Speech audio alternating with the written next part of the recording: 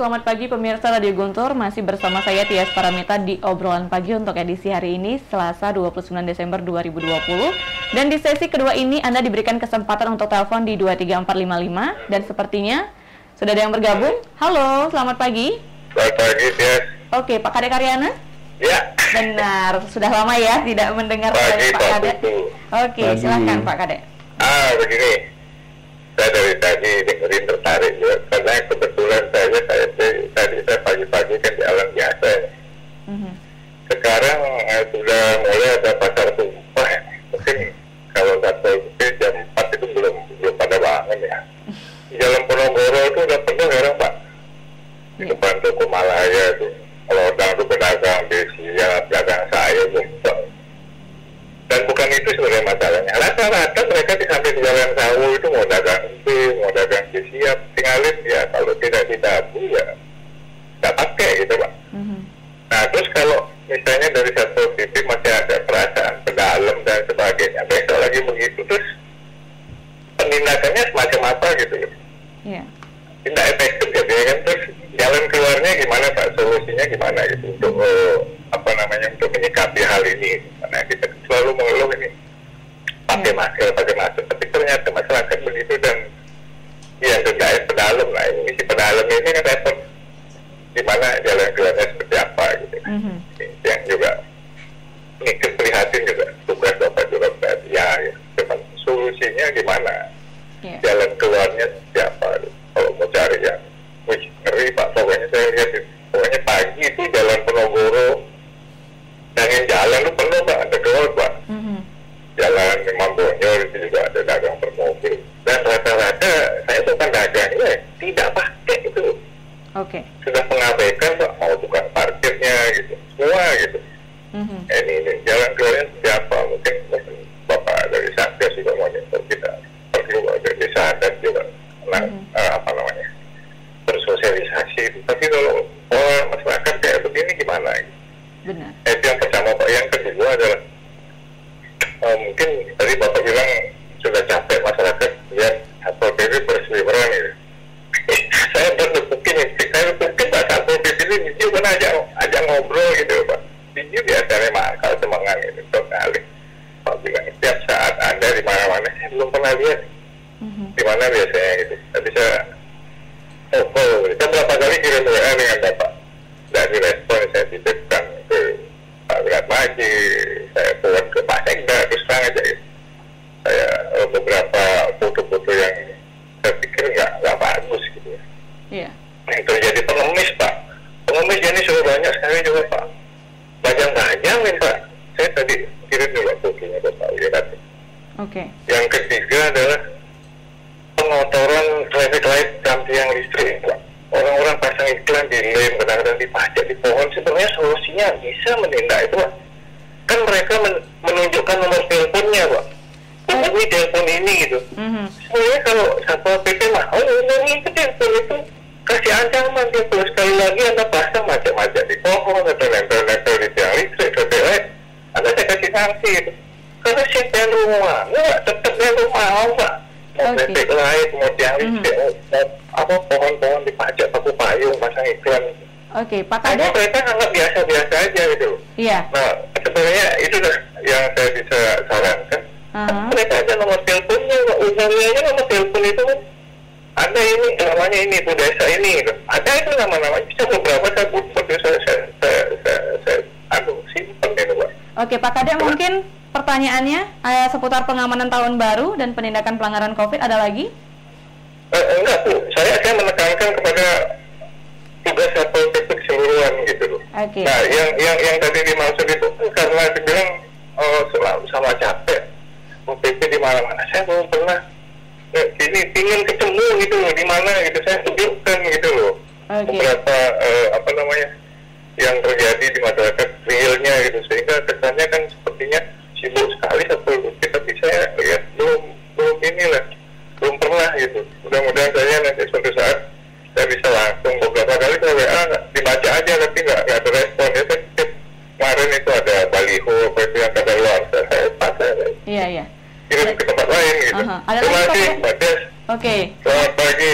Selamat pagi. Terima kasih ya Pak Kadek Karyana ya. Mungkin belum pas aja waktunya buat ketemu sama Satpol PP ya Pak ya. Oke, di belakang Pak Kadek Karyana sudah ada yang bergabung. Halo. Iya. Halo. Saya Narde Brata. Oke, Narde langsung. Terima kasih Bapak Ketua atau Kepala Satpol PP ya. Pak Satpol PP ya. Iya. Jadi sekarang Bapak bertugas sebagai pengaman peraturan daerah. Satpol PP pengaman peraturan daerah. Sehingga dalam hal ini, apalagi dalam rangka yaitu Natal dan Tahun Baru dalam suasana COVID yang memprihatinkan, di mana kita selalu berusaha menyeimbangkan antara tugas kita yaitu jaga jarak dan sebagainya, ditambah dengan pembangunan ekonomi biar berjalan seimbang. Nah, lebih lanjut, saya mengetahui yaitu dari pandangan Bapak sendiri, sebagaimana tadi Bapak menyatakan, yaitu mereka yang berkerumun, kemudian kita yaitu ambil suatu langkah-langkah, lalu dia tidak bawa uang dan sebagainya, saya merasa kasihan. Lalu kemudian lebih lanjut, Bapak menyebutkan juga perlu diberikan efek jerah. Nah, hal-hal seperti itu, apakah ada dasar hukumnya, Pak? Karena Satpol PP itu sebagai pengaman perda tingkat 1, perda tingkat 2 terutama. Kalau tadi itu peraturan gubernur, itu sudah akan dijabarkan oleh perda tingkat 2, itulah yang diamankan. Nah sekarang, seberapa jauh Bapak melaksanakan seperti tadi, misalnya efek jerah, lalu ada kebijakan si tadi, apakah itu diatur di dalam peraturan? Karena kita jangan hanya berbicara efek jerah, tapi tidak mengerti efek jerah itu sendiri. Itu yang perlu kita ketahui. Kemudian lebih lanjut, pernahkah Bapak di dalam pembuatan perda ikut sertakan, walaupun di dalam perda itu tidak ada juga Satpol PP ikut serta dalam penyusunan perda? Tidak, memang tidak ada. Tapi bukan berarti tidak bisa. Karena bagaimanapun juga, Bapak mengamankan perda itu tentu langkah-langkah apa yang bisa diambil harus bersumber dari perda itu sendiri. Oke. Nah itu. Nah makanya itu, yaitu saya mohon dari Bapak, apa dasar hukumnya? Sehingga Bapak bertindak itu ada alas dasarnya, sehingga tidak disalahkan Bapak bertindak belentuyuh, ya, dapat pembicaraan yang gak enak. Ini saya kasih Satpol PP itu. Seperti tadi Pak Karyana menyebutkan dagang-dagang itu, coba lihat saja di yaitu bekas gedung BPU itu sebelahnya itu ada dagang pasar di sana. Itu coba itu. Nah itu, bagaimana langkah-langkah Bapak? Terima kasih. Baik, terima kasih kembali untuk Pak Narde di Beratan yang sudah bergabung bersama kami. Di belakang Pak Narde, apakah masih ada pemirsa Radio Guntur yang ingin bergabung bersama kami di 23455? Oke, lagi satu penelpon, kita tampung dulu sebelum nanti bakal sekalian ditanggapi oleh Pak Artawan. Halo, selamat pagi. Pagi, Gungde nih. Oke, Gungde di Ngurah Rai ya, Gungde. Selamat pagi, Bapak. Sumber ya. Iya. Ini kami menggarisbawahi, Pak. Lalu tadi Pak Karyana menanyakan Satpol PP. Kalau ingin ketemu Satpol PP, coba. Lalu Gungde kan Sabtu Minggu ada di Expo Bonbeli. Terus ada Satpol PP, Pak, di mobil itu banyak. Dan di sana kami lihat memang dia bekerja. Datang aja Satpol PP, dia sudah pakai masker dari dagunya, juga jaga jarak, dia sudah. Pada saat ada Satpol PP, nah ini kesadaran masyarakat juga sebenarnya. Itu yang kami lihat gitu loh. Karena Satpol PP dia sebenarnya bukan ditakuti, dia taat aturan. Baru datang dinaikkan dari dagunya dan jaga jaraknya baru dilihat aja ada Satpol PP datang. Tapi setelah pergi lagi seperti itu, ini kan kesadaran masyarakat ya. Sudah tahu COVID ini menyebabkan sulit, kok ini dipertahankan, coba diikutilah aturan pemerintah. Kalau Satpol PP kan terbatas sekali. Kalau memang full time dijaga, kasihlah imbalan dia intensif gitu loh.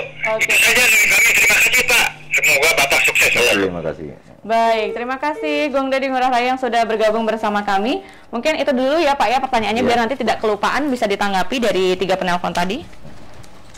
Jadi yang pertama saya menanggapi untuk Pak Karyane, yaitu jam 4 pagi katanya gitu pasar tumpah ada di Jalan Diponegoro, kemudian solusi apa yang harus dilakukan. Kemudian yang kedua, Pol PP setiap ada di mana, memang kami mengakui juga untuk jam 4 pagi terus terang saja Pol PP tidak ada. Saya mengakui tidak ada. Tetapi setelah itu jam 7 jam 7.30 kan mulai jam apa namanya masuknya. Nah sekarang untuk penertiban untuk pedagang Jalan Diponegoro saya akan rubah kembali. Mungkin jam 4 kita akan pantau di Jalan Diponegoro. Memang situasi seperti ini semuanya serba sulit. Pedagang tumpah juga ada, kemudian pedagang bermobil juga ada, di mana-mana ada. Nah, penertiban itu sedikit agak sulit. Kalau pedagang bermobil misalnya, itu sudah ditempatkan, sudah ada tempat yang jelas. Ternyata dia tetap melakukan aktivitas di pinggir jalan. Oke, pernah sempat kita bahas juga ya obrolan pagi waktu itu. Yang terakhir masalah pengemis. Sebenarnya sudah sering kali kami menemukan pengemis, 2 orang pengemis atau gelandangan pengemis itu kita bawa ke dinas sosial. Awal 2 minggu kemarin kita mendapatkan, kalau tidak salah itu sampai dengan puluhan, 10 lebih 12 orang pengemis kita dapatkan di Selirit. Karena kita melakukan operasi malam, kita ambil saja, kita serahkan ke apa namanya ke dinas sosial yang ranahnya ada di sana. Kemudian kemarin juga kita dapatkan 2 orang, kebetulan di parkiran apa namanya di pompa. Beli minyak ternyata ada 2 orang, kita angkut juga. Kemudian kemarin juga ada 2 orang lagi kita temukan, angkut bawa ke dinas sosial. Memang saya lihat sudah dikembalikan ke tempat asalnya, tetapi tetap juga ada. Nah inilah kelemahan, salah satu kelemahan atau banyak juga kelemahan Pol PP dalam rangka menyikapi hal-hal seperti itu. Tapi untuk pasar saya akan lakukan nanti untuk penertiban dini hari. Dan itu pun rasanya pada saat seperti itu mungkin sedikit agak sulit, karena terus terang aja pasar itu kan ada yang apa namanya PD pasar gitu kan punya kewenangan juga untuk melakukan penertiban di tempat-tempat yang sesuai dengan wilayah tugasnya. Kalau Satpol PP ya memang tempat parkiran di Diponegoro ini kewajiban kami akan melakukan penertiban, dan kami akan lakukan pagi hari. Itu yang pertama. Kemudian untuk apa namanya banner di traffic light, sebenarnya sudah banyak sekali apa namanya banner-banner kecil yang terpasang di pohon, di pace, kemudian setiap kami temukan kami buka, tapi selalu ada. Nah kebetulan Pak Karyane juga pada saat itu menemukan hal seperti itu, dan saya juga tidak memungkiri memang terjadi seperti itu. Sekian kali kita buka, sekian kali juga ada. Nah inilah tantangan kami di Satpol PP. Tapi tidak pernah kami mengeluh begitu saja, karena tugas kami adalah seperti itu. Yang kedua mengenai Perda, terus terang aja dalam urusannya apa namanya penanganan COVID ini bukan diatur melalui Perda Pak Narde, ini melalui peraturan Bupati nomor 41 2020, merupakan turunan dari peraturan Gubernur nomor 46 2020. Ini sudah jelas disampaikan untuk perorangan bagi warga masyarakat yang tidak menggunakan masker dengan benar, menutup hidung, mulut sampai ke dagu, jelas ada sanksi administrasinya. Nah kemudian, untuk menyikapi masalah-masalah ini kita lihat juga di lapangan yang bervariasi. Sebenarnya dari Pol PP juga sudah tegas. Ini aturannya juga sudah jelas, sehingga langkah-langkah yang harus kami lakukan berdasarkan aturan yang ada. Sanksi 100.000. Tetapi di lapangan beda dengan apa yang disampaikan oleh bapak-bapak tadi. Sangat bervariasi sekali situasi di lapangan. Gimana caranya sanksi denda dengan uang tidak bawa, satu-satunya jalan dengan hanya sebatas apa namanya sanksi sosial. Itu yang dilakukan. Terus yang kedua, bagi yang mereka juga sama sekali tidak tidak membawa uang, kami sebatas memberikan pernyataan. Dalam waktu 10 hari pernyataan itu tidak dijawab dengan uang, kami serahkan nanti ke kantor desa. Biar kantor desa untuk menyelesaikan masalah ini. Apakah itu ada sanksi adatnya atau sanksi lain? Di sana nanti diselesaikan. Kalau yang bersangkutan misalnya sama sekali tidak mampu, kan di desa kan sudah ada catatan bagi masyarakat tidak mampu. Cukup dijawab dengan surat keterangan tidak mampu. Kirim ke Pol PP, semuanya itu sudah selesai. Tetapi jangan sekali-sekali mengulangi itu lagi. Itu harapan kami. Oke. Nah, yang terakhir Pak Bung D, suksemu banget Niki. Nah, memang ini bervariasi, ada yang memuji, ada yang mencemooh, itu biasa. Pro kontra pasti ada. Tapi untuk Bung D, suksemu banget atas pujian, kemudian dukungannya. Dumugi warga masyarakat dalam perjalanan ini semakin hari semakin sadar, sehingga kami semua di Kabupaten Buleleng aman, tentram. Dalam rangka menyikapi tahun baru, termasuk juga penyebaran COVID-19 ini. Oke. Karena Satpol PP ini semata-mata memang menjalankan tugas gitu ya, berdasarkan peraturan yang ada. Itu sudah jelas. Bukan niat hati Satpol PP juga ingin membuat malu atau menindak dari masyarakatnya sendiri. Kalau masyarakatnya sendiri sudah disiplin, ya nggak mungkin ditindak gitu ya Pak ya. Nah, sampai saat ini apakah tadi kan Pak Kadek Karyana menekankan di pasar, emang klaster pasar ini masih juga menjadi fokus utama dari Satpol PP sendiri kah? Dari informasi yang kami dapatkan, sebenarnya klaster pasar ini kan ranahnya kan OPD lain untuk ngecek nih. Tapi dari informasi yang kami dapatkan, klaster pasar itu sudah kecil sekali, bahkan tidak ada. Untuk malah yang terjadi klaster keluarga. Atau klaster adat.